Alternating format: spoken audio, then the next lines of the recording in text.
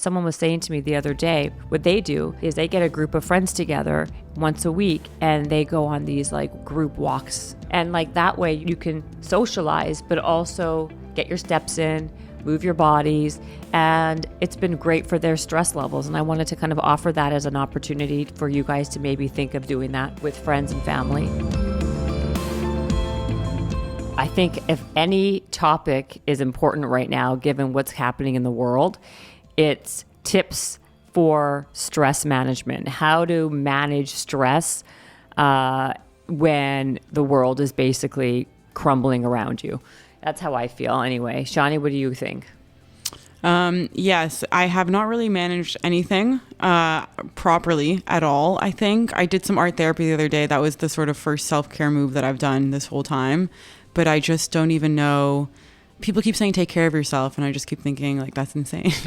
I know. I think it can be really difficult when right now, especially, I think it's been very melancholy. People are depressed. People are super anxious, which is for good reason, and mired in really negative, horrible things. So how do you take care of yourself? Because listen, if you're not taking care of yourself, you're unable.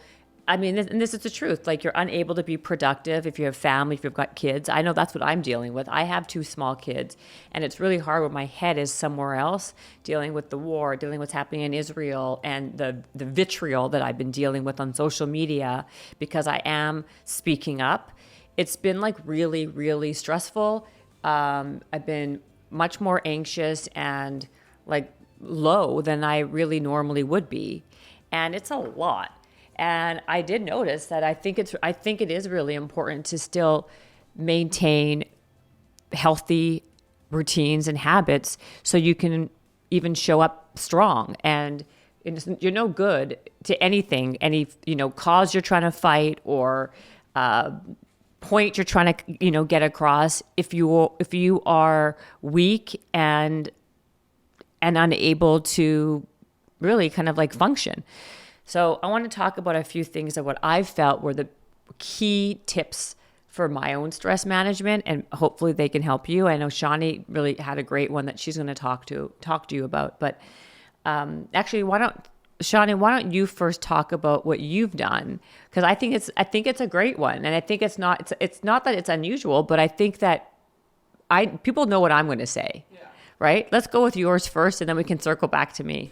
So, I mean, personally, I'm big in self-care on an average day, like with skincare and all of that stuff, but I just can't bring myself to do any of that right now when it's just been too much. But something that I really love to do when I'm going through a lot of trauma is art. And I just felt like I had to get something down onto canvas. And I was, talking to another friend of mine the other day, and we were talking about how creation is the opposite of destruction. It is literally the antithesis.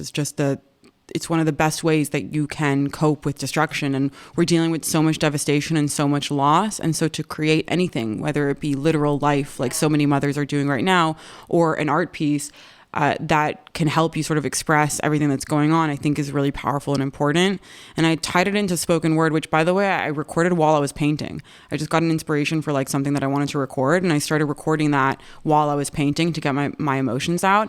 And together it ended up being a really beautiful piece of both the painting mixed with the spoken word that I felt like, even though I have been expressing myself so much with words every single day, it needed more. It just needed more to be able to express, like, this is the pain at which I'm feeling. I felt like it was so necessary for my grieving process, and I think that helped a lot. But everybody has their own thing.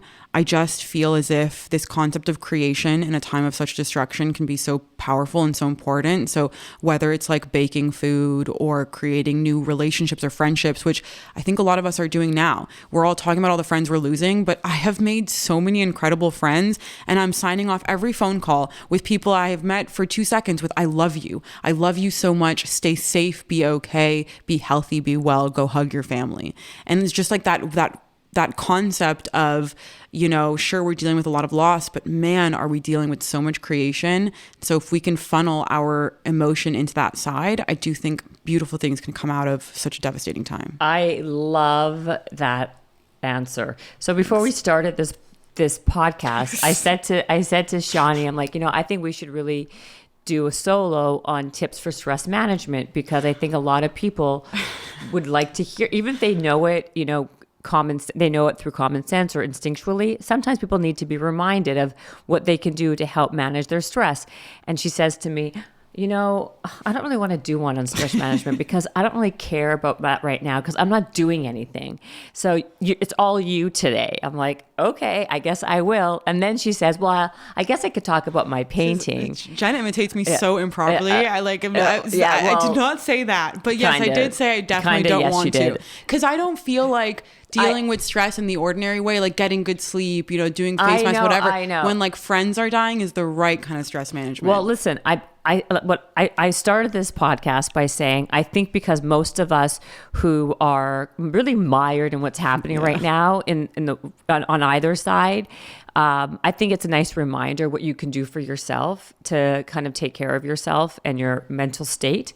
But you weren't having it. No, I wasn't having it at all. But what I'm saying, but my point is, what I think the tip that you gave, which is painting and creating, is a unique one. And I love the messaging and meaning behind it, because to me, it's like the correlation between loss and creation and what you're doing in that process. I think that was really beautiful. Thank you. No, I do. And also I wanted to say something else. Like, I agree with you. It's actually interesting how for as many, friends I may have lost, I wouldn't say friends. I would say like people that were like pseudo friends on social media, like, oh, I lost real friends. Like, okay, well, I'll get to that in a second, but I'm saying like bullshit things, right? Yeah. Or like people that I was fairly friends with in like my work life, them I definitely lost a few of. But I mean, what I find interesting is you end up like gravitating to people who are super like-minded to you when you are really authentic. And that's what I found has been happening. Like, the more truth I speak on what I believe to be my truth and the right, the how I feel, I didn't say the way I feel, a lot of realness and truth comes in that moment. Like, you end up meeting people and talking to people and creating relationships with people that are really aligned with who you are. And you kind of end up like, you get rid of the fodder and the people that you really have nothing in common, I guess, at a core level with, and find your real people. That's how you actually find your real tribe. I know these are like very like hashtag worthy words, like finding your tribe. But truthfully, when you act in purpose and you act in authenticity and you do that over and over and over again, you will meet people who are similar in that way. And the people I've met too, like I've met some amazing people that I otherwise would have never had a chance to meet. And so actually my first tip for stress management is really forming community, like real community with people that you really like and love and respect and want to be with, and socialize. I think that is the number one stress management tip. I guess I have been doing that. Right? Yeah, And I think, I think that supersedes, overrides anything else right now, because that feeling of belonging and unity is the most important thing. And I think that like takes down my cortisol level. Probably it will take down your cortisol level, yours too, when you speak to, spend time with, and communicate with people that have that same passion with where you are. That's my number one tip. Yours is painting plus probably community. Wait, that's such a good one, by the way. You know what? I didn't think about self-care in the way that you're thinking about self-care. Okay. I thought about self-care in the classic habits and hustle, which is like the stuff that I can't bring myself to do right now. But you know what, Jen? You're right. Like, all of these things are actually so important. And I've actually even been talking about the community stuff, like how important being at events has been for me. Right. And so I love this episode now. Exactly. She went from like hating it to actually like really liking it. So I think community, I think painting or finding a creative outlet is a great one. And I have to say this because I really do. I like so much of what I I'm about and at my core is about movement and exercise. And there's for good reason, because it really does help shift and change your mood and your ability to kind of be present. And to me, I have to always include that. So I'm going to say it to you, Shawnee, or anybody listening, if you have kind of let that piece of your routine go, like not exercising, not moving, add it back in. Even if it's just walking, taking a walk, getting fresh air, I think all of those things really change and tweak your mood in a real way. And I think that's really, I can go into the obvious one, sleep, blah, blah, blah, but I'm not going to. Okay, that's actually a question I want to ask you right now, because sleep has been such a thing. Last night, I think, was probably the first time I got real sleep. I woke up at 10 a.m. I couldn't even believe it. Yeah, I went to bed at 2 a.m., woke up at 10. That's the longest I've slept this entire war. I have not gotten that kind of sleep this whole war, and it was literally insane. You know what's happening to me is that I have to make a mental and conscious effort to get off of my phone, because it is a total rabbit hole. Like I will at night, I'm like, oh, I wonder, I'm going to see what's going on, any new information. And an hour and a half can go by, or 2 hours can go by. And then your brain is so revved up, it's not tired. And I'm like, then I'm up. And I do think that making conscious efforts to create timers where you could be on your phone and spending your time doing those things, like timing, like those timers make a big difference. It can really help enhance your not just your mood and your well-being, but also get you back into productivity mode a little bit. Because I know I can go days, like I have, where I'm just so mired in what's going on. I just can't get anything else done. And like, again, if you have kids and a family, like you have to be present and get shit done. And you can't do it when your cortisol's raised so high. So I think those are really great things. So maybe incorporating exercise or movement back into your schedule, make that a priority. And for those who haven't done that at all, I think it's a great one. And we said that, like social, community, and what did you say? Painting and creative and art.